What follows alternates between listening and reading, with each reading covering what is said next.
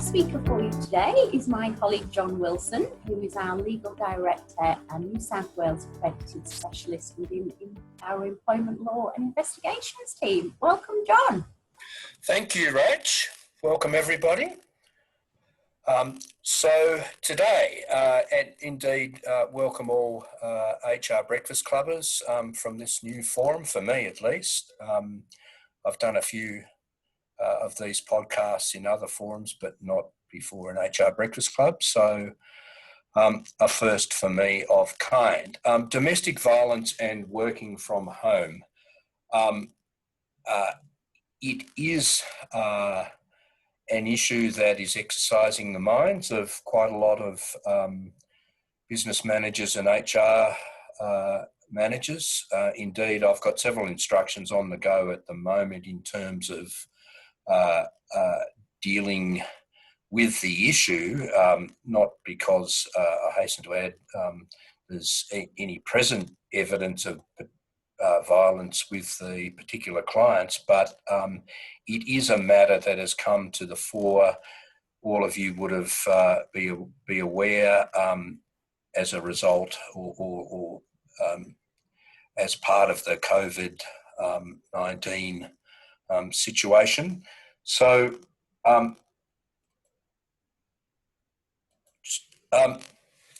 this is just an overview of what I propose to go through with you. As always, Rachel's taking your questions, and if there's a pressing one, I'll answer it midstream, as it were. We'll look at these things, domestic violence, what it is. That will, of course, be obvious to everybody.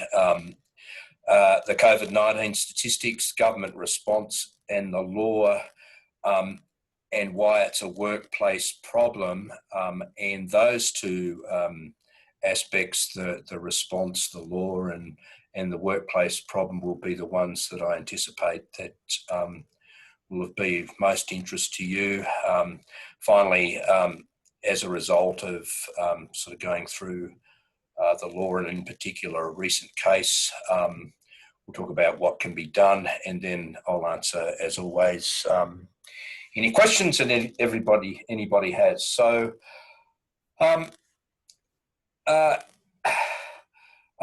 domestic violence has a number of contexts to it. Family violence that of course involves violence in the family unit, relationship violence in the context where there may or may not be a family surrounding it, intimate partner, and child abuse. All of these dreadful incidents form part of the whole concept of domestic violence, as we all know. And just having done some research, we've just put up a condensation or an outline of what domestic violence is. It could, I suppose we have there, domestic violence doesn't take the form of a single incident. Well, it possibly can, but generally speaking, it's ongoing behaviour that undermines the victim's confidence and ability to leave the violent person, and there's an escalation over time. There's some examples that we have obtained from the literature. Again, these particular examples won't be unfamiliar to you as HR practitioners already. So if we move on, finally, in terms of this overview, some material we've found as established the difference between family violence and non-violence in terms of these wheels and the various examples of violence and non-violence, and basically making the point that family violence is really concerned with the power and control that one individual seeks to exert over the other, and of course equality is all of those shared and responsible behaviours in that wheel. So you might find that useful, sort of as you, or what I've just spoken about, useful as sort of as you consider what to do and the framework upon how you advance your approach to family violence and dealing with it in your employment and workplace. As for the situation as regards COVID-19 and family violence, these are the statistics that we pulled together,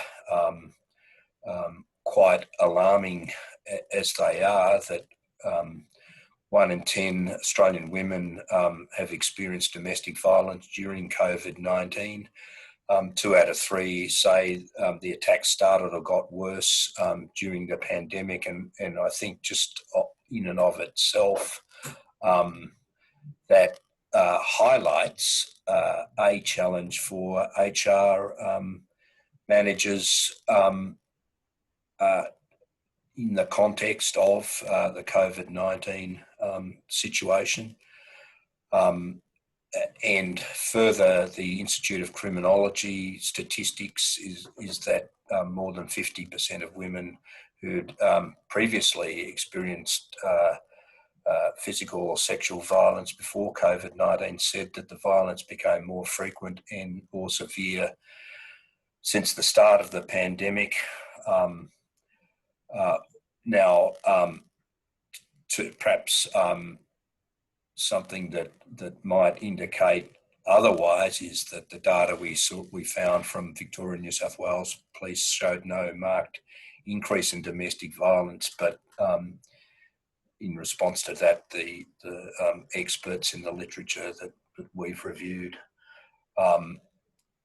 indicated that that was more likely because the abusers may be trapping them at home and monitoring them in a manner that wasn't occurring when everyone was outside of the home. So, of course, the short point is that according to the statistics, and they're all encapsulated in that SMH article that you can click on and have a look for yourself, would indicate that the problem has got worse during the current epidemic. And one can, I think, safely suggest that a reason, if not the reason, but otherwise a significant reason for that increase in the incidence of domestic violence during the COVID-19 pandemic is, of course, that people are working at home together and are spending more time together, and therefore the incidence has increased simply because of that proximity. Now, all of that leads to this question. Why, or is it an issue for HR managers, and what, if anything, have been the lessons to learn from recent case law? Now, to go to the second aspect, this case that I've got on the screen really drives home, in my view, the fact that attention needs to be paid to domestic violence at this point in time, whilst we're still in the midst of the epidemic. because these are the facts. This case concerns a workers' compensation application made by the sons of a woman called Miss Hill, who was murdered by her, as it was found, psychotic husband, whilst both were working from home. Now, the facts were these,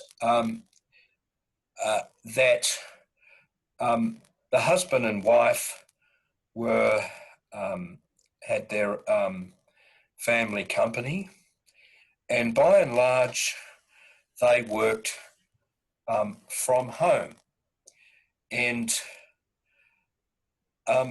in working from home, whilst they both had a dedicated office, the work was not confined to the dedicated office, and the evidence was that during the working day, the wife would work in a number of locations throughout the house, in the bedroom, at the kitchen table, and so on. The issue for resolution by the New South Wales Court of Appeal, which is where the case ended up, was whether Ms. Hill's death at the hands of her husband occurred in the course of employment. Now, ultimately, the court decided that it did, for the factual reasons that I outlined.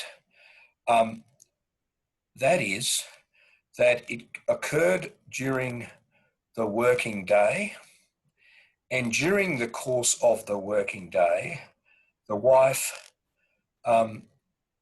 ordinarily, such was the evidence, would be working on the business of the company that she was particularly engaged to do at various locations in the house.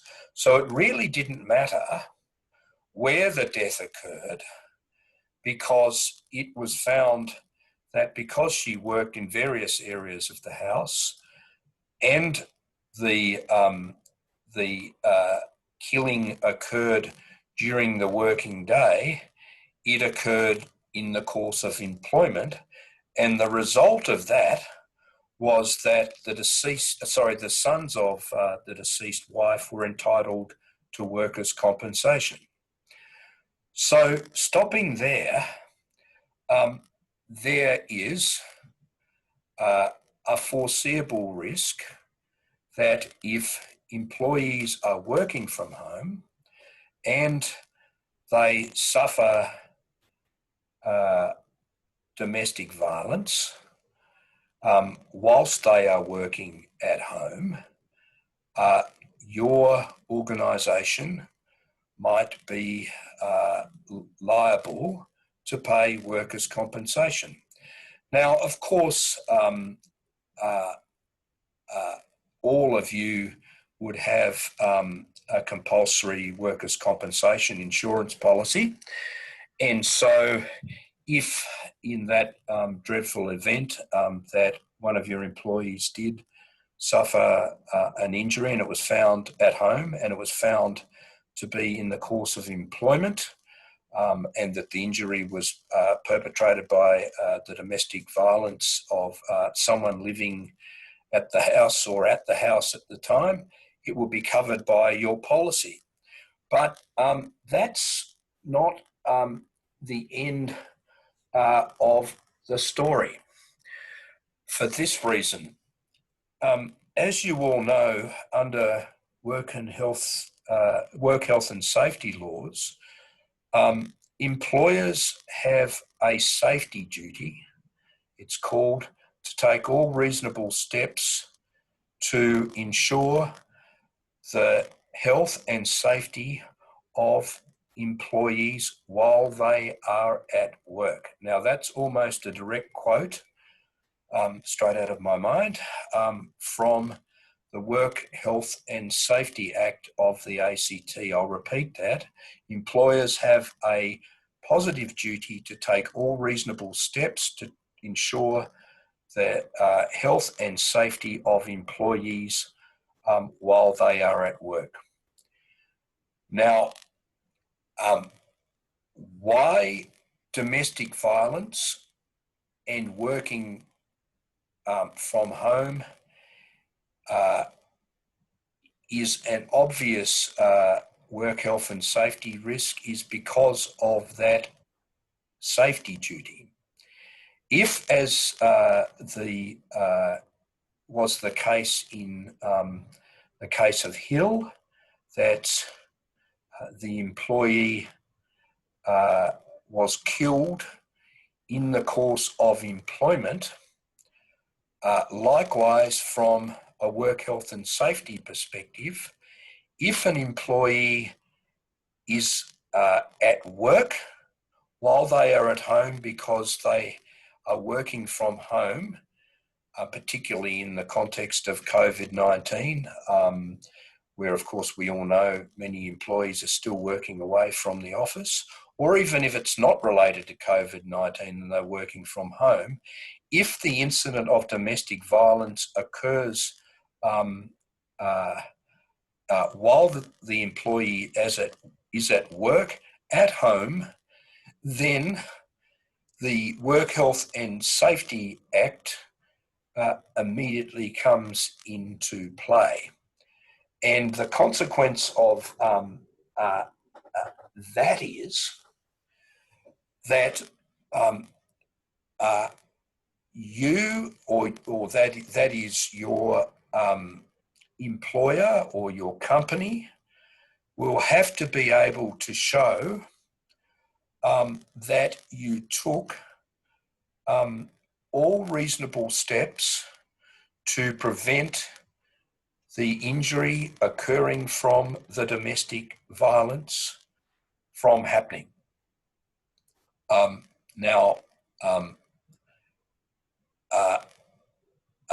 These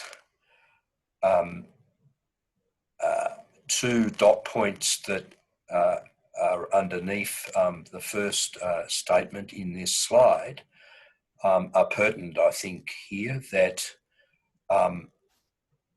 as a general point, that half of those studied in a study fairly recently who had suffered from domestic violence affected their capacity to get work done productively. So that simply makes the point that even if the violence cannot be attached to the employee whilst they're at work, it can still affect productivity while they are at work. Secondly, the means by which, from that productivity perspective, the workplace can offer support by creating the culture that promotes disclosure, referral, and also a structure of income and financial independence, especially if the person just decides to leave the abusive relationship. But getting back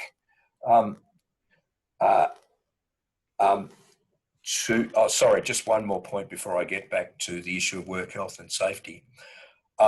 There look like moves to change anti-discrimination legislation to deal with domestic violence and lead to improved measures for addressing that. So it may well be that in the future there is a positive obligation from the perspective of anti-discrimination legislation on employers to positively take steps to address the effects of domestic violence in the case of their employees, and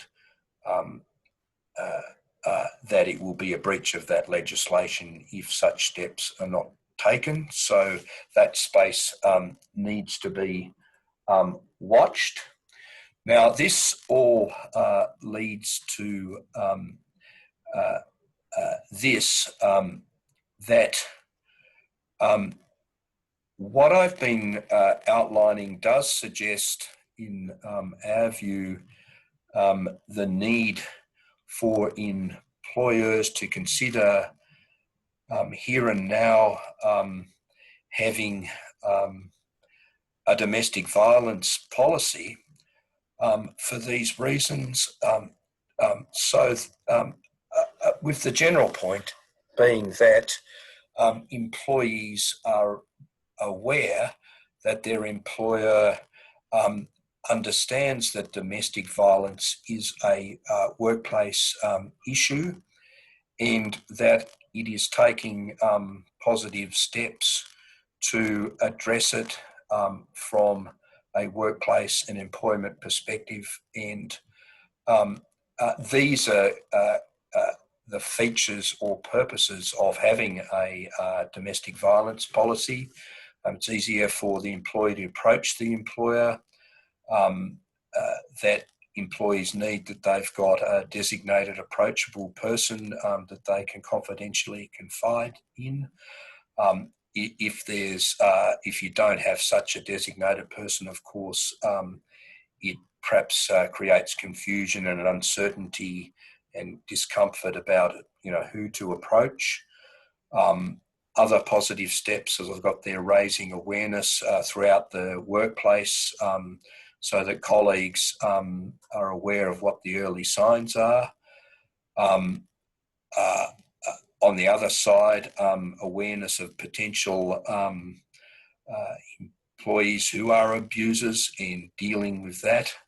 And of course, as I said before, making it easier for victims to speak up if they need to, and letting them know that they'll be listened to. Now, before I go on to domestic violence leave, I want to make this point. Going back, as I said, to the work health and safety aspect of it, I repeat that employers have a positive duty to ensure that all reasonably practicable steps are taken to ensure that the health and safety of employees while at work. Now, if that's the case, as I've said, that includes while they are at work, while they are working from home. Now, most, if not all, employers that I've dealt with have now, with employees working from home in the COVID-19 situation, have decided that, at least in the first instance, the best means of ensuring the performance of that safety duty is to give employees a checklist where they go through their home and tick off, as it were, the various aspects that the employer considers go to ensuring that their home is safe for them to perform work in. And that checklist is not substantially different from what one would be doing in, for example, the normal office environment to ensure that the plant, equipment, locations, and so on are safe for the performance of work. The one difference, of course, is that whilst when you're at the office, you have dedicated people who perhaps have some knowledge of doing workplace assessments, or indeed you can get in some people to do so. When employees are working from home, it, generally speaking, is impracticable to have an independent person attend everybody's home to ensure that it is safe, and therefore you have to cast that duty on the individual employee in their home. Now, this, of course, from the perspective of domestic violence, raises this question. What do you do in order to ensure that you are taking all reasonably practicable steps to ensure that the employee is safe when working from home from a domestic violence perspective, and you are leaving it to the employee to tell you as to whether or not there is a foreseeable risk in that regard? I'd certainly look forward to comments at the end of this presentation. However, in my view, you have to, in your checklist, provide a short explanation for the reasons that we have gone through earlier in the presentation as to why domestic violence is a workplace issue, and also ask the employee in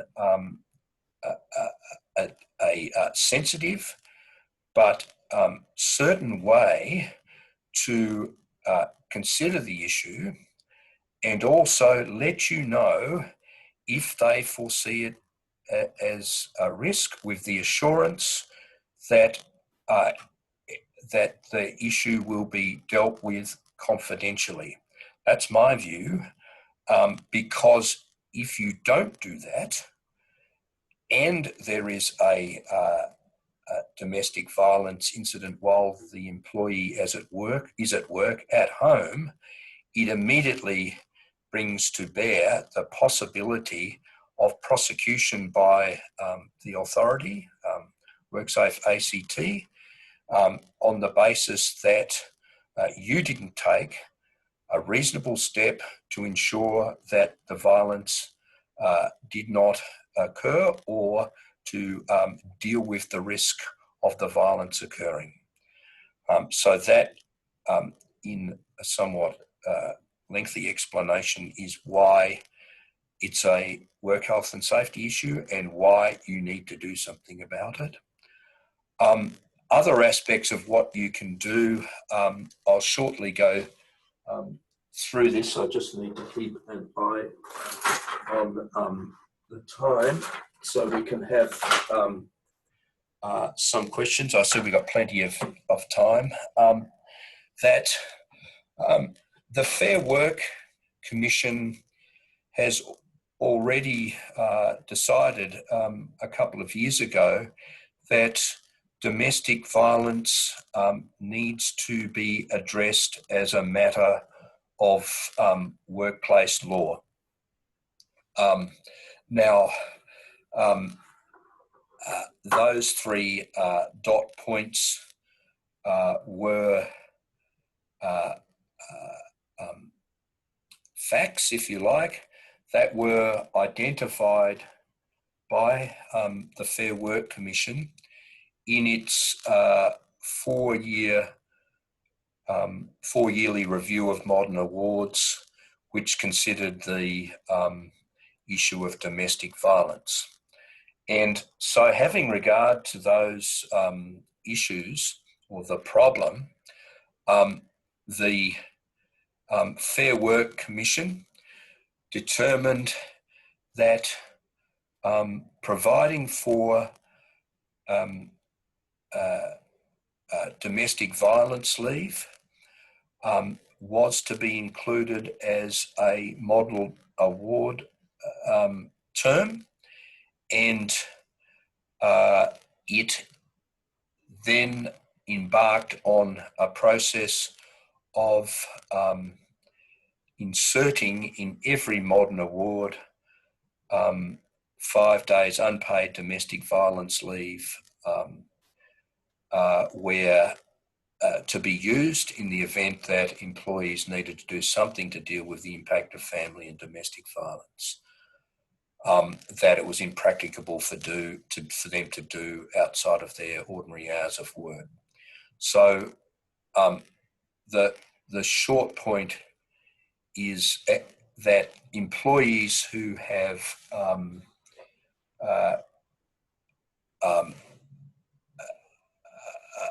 suffered from domestic violence have, from the start of their employment and from the start of each 12 months of employment thereafter, available to them 5 days unpaid domestic violence leave to be used in the event that they need to do something about violence or in their family or other domestic violence, and they can't attend to it whilst they're at work. There other aspects of it. There's no accumulation. It's just 5 days per year. It's available to all employees, and it can be taken without the employee having taken paid leave entitlements before accessing it. Finally, I just got some points about what my team and has decided sort of raise today.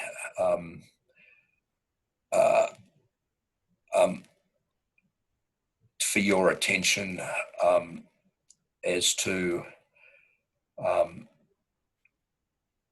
practical steps that can be taken, and I'll go on to some that the staff have gleaned, from the internet about what you could possibly do.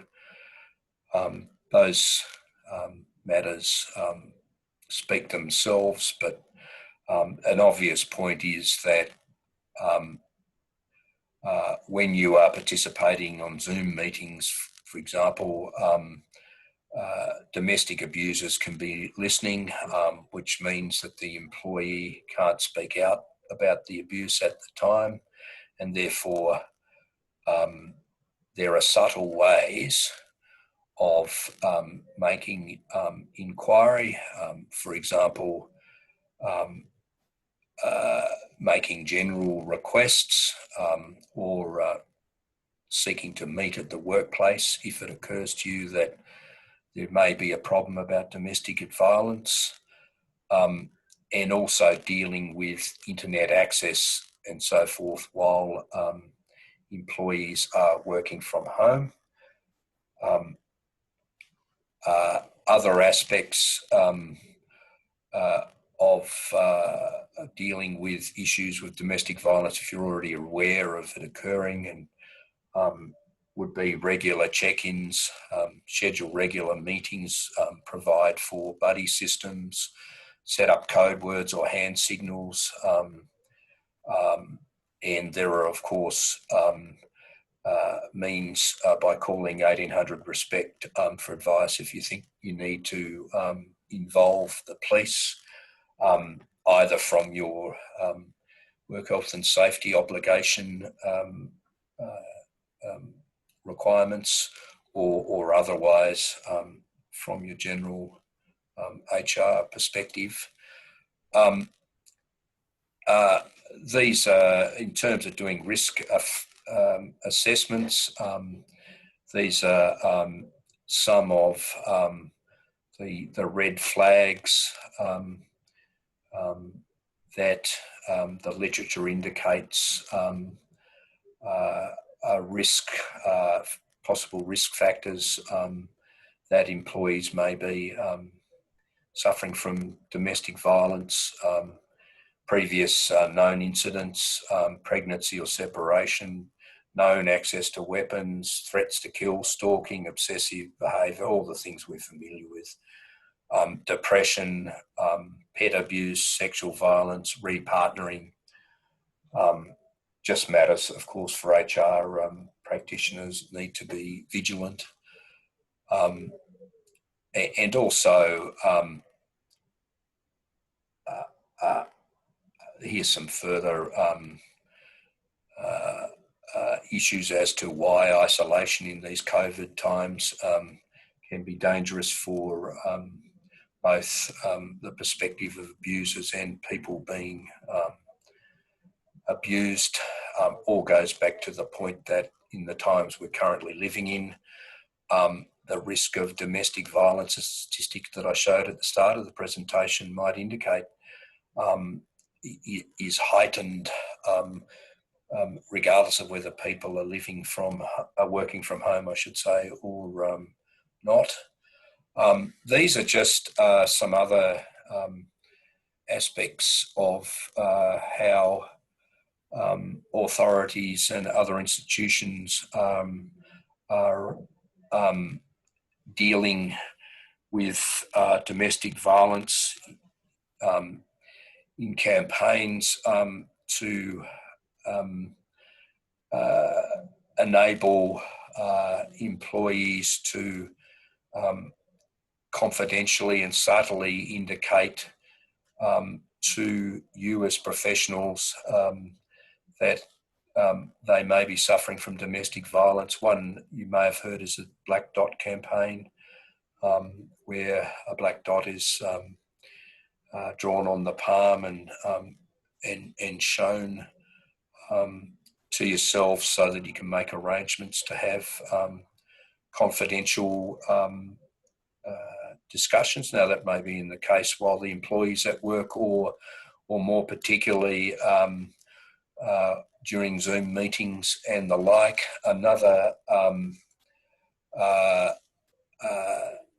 campaign has suggested these secret hand signals, either the palm to camera and thumb tuck, or the thumb trap, which the Canadian Women's Foundation created to help provide for domestic violence victims in a safe way to signal for help during coronavirus lockdown, including during the course of Zoom meetings and the like. And that's just one of the examples that the Canadian Foundation demonstrates that can be done without leaving a digital trace. There's also another campaign that we came across was the Ask for Angela campaign, which the New South Wales government launched at pubs and clubs, whereby patrons could ask staff simply by asking for Angela to alert trained staff to deal with safety issues arising from anticipated violence and sexual assault. These can, of course, be adapted to your workplace situation. So we're at the point of the Q&A session. When we put these slides up on the HR Breakfast Club, you'll be able to go back and get some resources.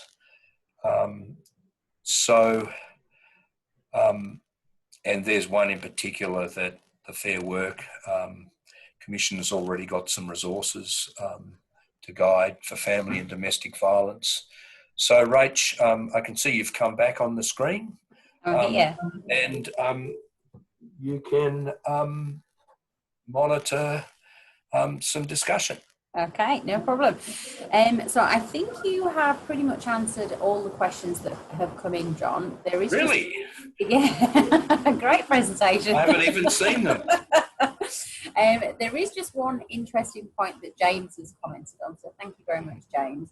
that there was an interesting report from the ABC yesterday that in Victoria there's been a huge spike in male perpetrators seeking help from referral services, about 90% since stage 3 lockdown in April. And so again, just goes to show that the perpetrators are trying to seek help. It is an unfortunate but ongoing problem. Perhaps also, Rachel, it's an outcome of the manifestly increased focus on domestic violence that the authorities and including the Fair Work Commission and the New South Wales government and more broadly that's in the news about it. And if that's the case, then thankfully perpetrators are doing something about it. Yeah. Okay, no problem. Well, thank you very much, John, for your time this morning. Thank you, everybody, for joining us. And our next HR Breakfast Club will be held on Friday, the 18th of September.